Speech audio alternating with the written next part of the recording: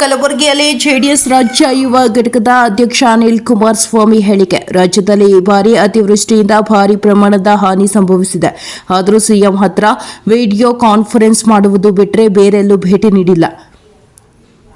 ಅತಿವೃಷ್ಟಿಯಿಂದ ಹಾನಿಗೊಳಗಾದ ಒಂದೇ ಒಂದು ಪ್ರದೇಶಕ್ಕೂ ಸಿಎಂ ಇದುವರೆಗೂ ಭೇಟಿ ನೀಡಿಲ್ಲ. ರಾಜ್ಯದ ಕೃಷಿ ಸಚಿವರಂತೂ ತಮ್ಮ ಮತಕ್ಷೇತ್ರ ಬಿಟ್ಟು ಹೊರಗೆ ಬಂದೇ ಇಲ್ಲ. ಕಲಬುರಗಿಯಂತಹ ಜಿಲ್ಲೆಗಳನ್ನು ಕೃಷಿ ಸಚಿವರು ಮರೆತು ಬಿಟ್ಟಿದ್ದಾರೆ. ಇಲ್ಲಿ ಸಾಕಷ್ಟು ಹಾನಿ ಸಂಭವಿಸಿದ್ರೂ ಸಹ ಕೃಷಿ ಸಚಿವರು ಭೇಟಿ ನೀಡಿಲ್ಲ. ಎನ್ಡಿಆರ್ಎಫ್ ನಿಯಮ ತಿದ್ದುಪಡಿಗೆ ಕೇಂದ್ರದ ಮೇಲೆ ಒತ್ತಡ ಹಾಕಬೇಕು ಎನ್ನುವ ಪ್ರಿಯಾಂಕ್ ಖರ್ಗೆ ಹೇಳಿಕೆಗೆ ತಿರುಗೇಟು. ಈ ವಿಚಾರದಲ್ಲಿ ಆ ಸರ್ಕಾರ ಈ ಸರ್ಕಾರ ಎನ್ನದೇ ಹಾನಿಗೊಳಗಾಗಿರುವ ರೈತರಿಗೆ ಸೂಕ್ತ ಪರಿಹಾರ ಕೊಡಬೇಕಿದೆ. ಈ ದಿಕ್ಕಿನಲ್ಲಿ ಎಲ್ಲರೂ ಒಂದಾಗಿ ರೈತರ ನೆರವಿಗೆ ಧಾವಿಸಬೇಕಾಗಿದೆ. ಕಲಬುರಗಿಯಲ್ಲಿ ಬೆಳೆ ಹಾನಿಗೀಡಾಗಿರುವ ಸ್ಥಳಗಳಿಗೆ ಭೇಟಿಗೂ ಮುನ್ನ ನಿಖಿಲ್ ಕುಮಾರಸ್ವಾಮಿ ಹೇಳಿಕೆ. ಈ ವರ್ಷ ನಮ್ಮ ಕರ್ನಾಟಕ ರಾಜ್ಯದಲ್ಲಿ 5,20,000 ಹೆಕ್ಟೇರ್ ಪ್ರದೇಶದ ಜಮೀನು ಜಮೀನುಗಳು ಈಗಾಗಲೇ ಅತಿವೃಷ್ಟಿಯಿಂದ ಸಾಕಷ್ಟು ಹಾನಿಯಾಗಿರ್ತಕ್ಕಂಥದ್ದನ್ನ ನಾವೇನು ಕಾಣಬಹುದು.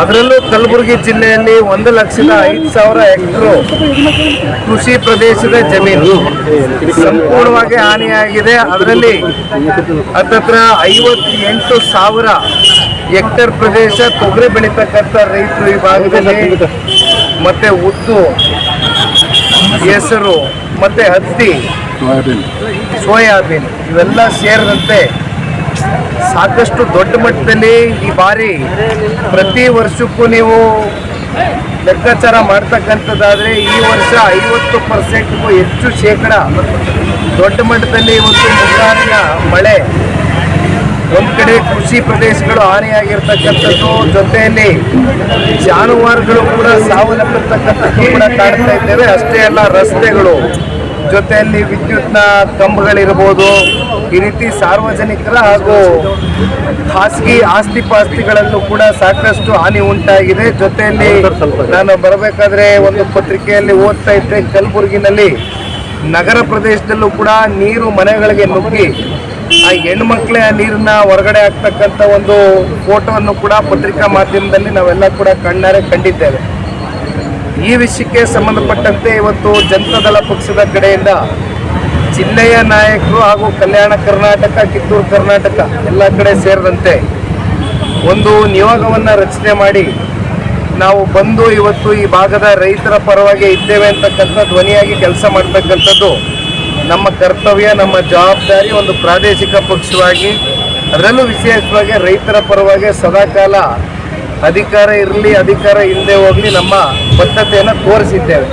ಹಾಗಾಗಿ ಇವತ್ತು ವಿಶೇಷವಾಗಿ ನಾನು ನಮ್ಮ ಈ ಭಾಗದ ಜಿಲ್ಲಾಧ್ಯಕ್ಷರ ಆದಿಯಾಗಿ ಇಲ್ಲಿರ್ತಕ್ಕಂಥ ಎಲ್ಲ ನಾಯಕರು, ಕಾರ್ಯಕರ್ತರು, ಮುಖಂಡರುಗಳಿಗೆ ಮನವಿಯನ್ನು ಮಾಡಿದ್ದು APMC ಯಾರ್ಡ್ಗೆ ಮೊದಲನೇ ಭೇಟಿಯನ್ನು ಕೊಡುವ ಮೂಲಕ ಇಲ್ಲಿ ರೈತರ ನಿಜವಾದ ಈ ಕಷ್ಟದ ಪರಿಸ್ಥಿತಿಗಳು ಏನು ಎದುರು ನೋಡ್ತಾ ಇದ್ದಾರೆ ಈ ಒಂದು ಹಿನ್ನೆಲೆಯಲ್ಲಿ ಅಂತಕ್ಕಂಥದ್ದನ್ನ ಒಂದು ನಮಗೂ ಕೂಡ ತಿಳುವಳಿಕೆ ಮೂಡಬೇಕಾಗಿದೆ. ಇದರಿಂದ ರಾಜ್ಯ ಸರ್ಕಾರಕ್ಕೆ ಮತ್ತು ಕೇಂದ್ರ ಸರ್ಕಾರಕ್ಕೆ ನಮ್ಮ ಕಡೆಯಿಂದ ಇವತ್ತು ರೈತರು ಈ ಸಂಕಷ್ಟದಿಂದ ಹೊರಗಡೆ ಬರ್ತಕ್ಕಂಥದ್ದಕ್ಕೆ ನಾವು ಯಾವ ರೀತಿ ರೈತರ ಜೊತೆ ಕೈ ಜೋಡಿಸ್ಬೋದು ಅಂತಕ್ಕಂಥದ್ದು ಇವತ್ತು APMC ಯಾರ್ಡ್ನಲ್ಲಿ ಇವತ್ತು ಚರ್ಚೆ ಮಾಡ್ತಕ್ಕಂಥದ್ದಕ್ಕೆ ಇವತ್ತು ಬಂದಿದೆ.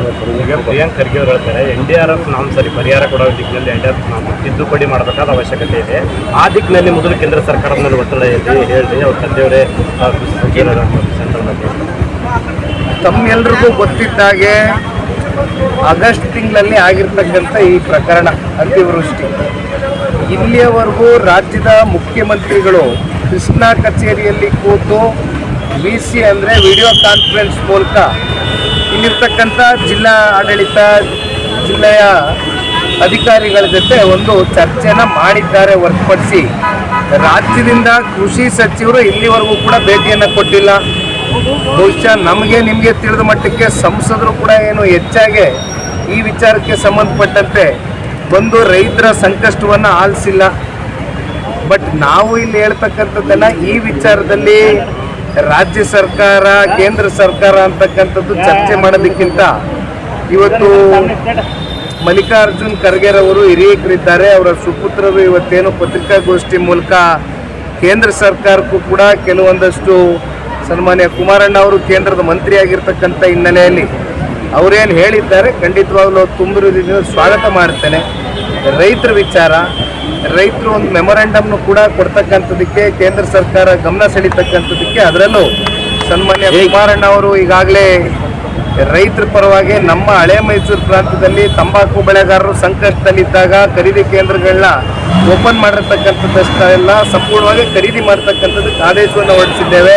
ಮಾವು ಬೆಳೆಗಾರರಿಗೆ ತೊಂದರೆ ಆದಂಥ ಸಂದರ್ಭದಲ್ಲಿ ಈ ಬಾರಿ ಸನ್ಮಾನ್ಯ ಕುಮಾರಣ್ಣ ಅವರು ಇಂಟರ್ಫಿಯರೆನ್ಸ್ ಕೊಟ್ಟಿದ್ದಾರೆ.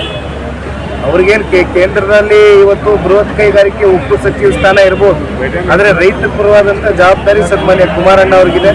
ಹಾಗಾಗಿ ಇವತ್ತು ಪ್ರಿಯಾಂಕ್ ಖರ್ಗೆ ಅವ್ರು ಏನು ಹೇಳಿದ್ದಾರೆ ಒಪ್ಕೊಳ್ತೇನೆ. ನಮ್ಮೆಲ್ಲರದ್ದು ಕೂಡ ಇವತ್ತು ಈ ಸಂದರ್ಭದಲ್ಲಿ ರೈತರ ಪರವಾಗಿ ನಿಲ್ಲಬೇಕಾಗಿರ್ತಕ್ಕಂಥ ನಮ್ಮ ಧರ್ಮ. ಬಿಸಿ ಮಾಡಿದ್ದು ಬಿಟ್ಟರೆ ಬೇರೆ ಎಲ್ಲೂ ವಿಸಿಟ್ ಮಾಡಿಲ್ಲ ಅಂತೇಳಿ CM ಅವರು ಇಲ್ಲಿವರೆಗೂ ಈ ವಿಚಾರಕ್ಕೆ ಸಂಬಂಧಪಟ್ಟಂತೆ ವಿಡಿಯೋ ಕಾನ್ಫರೆನ್ಸ್ನ ಹೊರತುಪಡಿಸಿ ಇಲ್ಲಿವರೆಗೂ ಅವರೇನು ಬಂದು ಇಲ್ಲಿ ವಿಸಿಟ್ ಮಾಡಿರ್ತಕ್ಕಂಥದ್ದಾಗಲಿ ಅಥವಾ ರಾಜ್ಯದ ಈ ಕೃಷಿ ಸಚಿವರು ಇಲ್ಲಿವರೆಗೂ ಬಂದಿದ್ದಾರಾ? ಇಲ್ಲಿವರೆಗೂ ಬರ್ಲಿಕ್ಕಾಗಿಲ್ಲ. ಅವರು ಪಾಪ ಕಲಬುರಗಿ ಜಿಲ್ಲೆನ ಮರೆತುಬಿಟ್ಟಿದ್ದಾರೆ. ಅವ್ರ ರಾಜ್ಯ ಅಂದರೆ ಬಹುಶಃ ಅವ್ರ ತಾಲೂಕಿಗೆ ಅವ್ರ ಜಿಲ್ಲೆಗೆ ಮಾತ್ರ ಸೀಮಿತವಾಗಿ ಕೆಲಸ ಮಾಡ್ತಾ ಇದ್ದಾರೆ ಅನ್ನೋ ಅಂತಕ್ಕಂಥದ್ದು ಒಂದು ಪ್ರಶ್ನೆ ಮೂಡ್ತಾ ಇದೆ. ಅವ್ರಿಗೂ ಕೂಡ ಅಷ್ಟೇ ಜವಾಬ್ದಾರಿ ಇದೆ. ಹಾಗಾಗಿ ನಮಗೆ ಗೊತ್ತಿದ್ದಂಗಣ ಇಲ್ಲಿಯವರೆಗೂ ನಾವೆಲ್ಲವೂ ಲೆಕ್ಕಾಚಾರ ಮಾಡ್ತಕ್ಕಂಥದ್ದಾದರೆ 2 ಹೆಕ್ಟೇರಷ್ಟು ಒಳಗೆ ರೈತರು ಇವತ್ತು ಸಂಕಷ್ಟ ಏನು ಅನುಭವಿಸ್ತಾ ಇದ್ದಾರೆ. ಹತ್ತತ್ರ ಅಲ್ಲಿ 600 ಕೋಟಿಗಿಂತ ಹೆಚ್ಚು ಇವತ್ತು ರೈತರಿಗೆ ಸಿಗಬೇಕಾಗಿದೆ.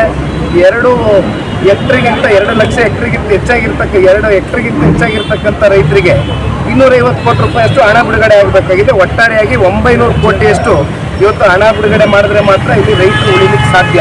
ಮಾಸಾಗಿ ಇಡೀ ರಾಜ್ಯಾದ್ಯಂತ ಈ ವರ್ಷ ಅತಿವೃಷ್ಟಿಯಿಂದ ಹಾನಿಯಾಗಿದೆ. ಸಮೃದ್ಧವಾಗೆಲ್ಲ ರೈತರು ಸಾಲ ಮನ್ನಾ ಮಾಡಬೇಕು ಅಂತ ನಾವೇನು ಕಲ್ಯಾಣ ಕರ್ನಾಟಕಕ್ಕೆ ಇವತ್ತು KKRDB 5,000 ಕೋಟಿ ಅಂತಕ್ಕಂಥದ್ದು ಉದ್ದುದ್ದ ಭಾಷಣ ಇವತ್ತೇನು ಬಿಗಿತಾರೆ ರಾಜ್ಯ ಸರ್ಕಾರ. ಇಂಥ ಸಂಕಷ್ಟದ ದಿನಗಳಲ್ಲಿ ಒಂದು ವಿಶೇಷ ಪ್ಯಾಕೇಜ್ ಕೊಡುವ ಮೂಲಕ ರೈತರು ಇವತ್ತೇನು ಸಾಲಗಾರರಾಗಿದ್ದಾರೆ ಆ ಸಾಲದ ಹೊರೆಯಿಂದ ಅವ್ರನ್ನ ಮುಕ್ತರಾಗಿ ಮಾಡಬೇಕು ಅಂತಕ್ಕಂಥದ್ದಾದರೆ ಅವರ ಸಾಲ ಮನ್ನಾವೂ ಕೂಡ ಈ ಸಂದರ್ಭದಲ್ಲಿ ಮಾಡತಕ್ಕಂಥದ್ದು ರಾಜ್ಯ ಸರ್ಕಾರ ಒಂದು ಸೂಕ್ತವಾದಂಥ ನಿರ್ಣಯ ತಗೋಬೇಕು ಅಂತಕ್ಕಂಥದ್ದು ನಮ್ಮೆಲ್ಲರ ಒತ್ತಾಯ.